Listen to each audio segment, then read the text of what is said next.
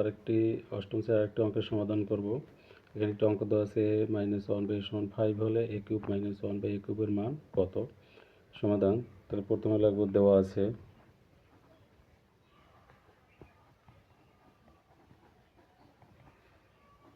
a - 1/a সমান 5।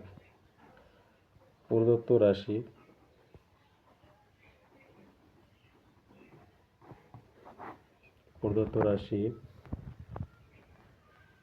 a³ - 1/a³, a³ - 1/a³, তো এখানে বলতে b বলতে 1/a। তো a³ - b³ সূত্র a - b এর হোল কিউব, ভিতরে মাইনাস থাকলে বাইরে প্লাস 3ab, b বলতে 1/a ইন্টু a - b।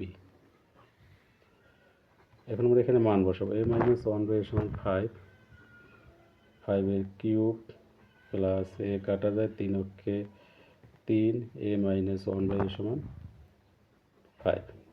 5 এর কিউব করলে 5 5 25, 5 25 125, 3 5 15, 125 আর 15